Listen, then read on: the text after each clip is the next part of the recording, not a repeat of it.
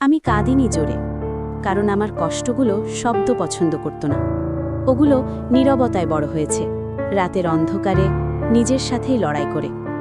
আমি কাউকে দোষ দিইনি, নিজেকেই বারবার বোঝাতে চেয়েছি সব ঠিক হয়ে যাবে। কিন্তু সত্যিটা হলো, কিছু ভাঙনার জোড়া লাগে না। তুমি চলে যাবার পর ঘরটা খালি হয়নি, খালি হয়েছি আমি। হাসিটা মুখে ছিল, কিন্তু প্রাণটা আর সেখানে ছিল না। সবচেয়ে ভয়ঙ্কর কষ্ট জানো কোনটা? যখন তুমি কাউকে ভুলে যেতে চাও না, কিন্তু ধীরে ধীরে ভুলে যাবার অভ্যেস হয়ে যায়। আমি অপেক্ষা করেছি, একটা মেসেজ, একটু খোঁজ নেওয়া, একটা তুমি কেমন আছো। কিন্তু সময় শিখিয়ে দিয়েছে সব অপেক্ষার শেষ নেই। এখন আর অভিযোগ করি না, কারণ বুঝে গেছি সব মানুষ হারানোর জন্যেই আসে না, কিছু মানুষ আসে তোমাকে একা থাকতে শেখাতে। আজ আমি শক্ত, কারণ দুর্বল হওয়ার সুযোগ কেউ দেয়নি। আজ আমি চুপ, কারণ চিৎকার করলেও কেউ শোনেনি।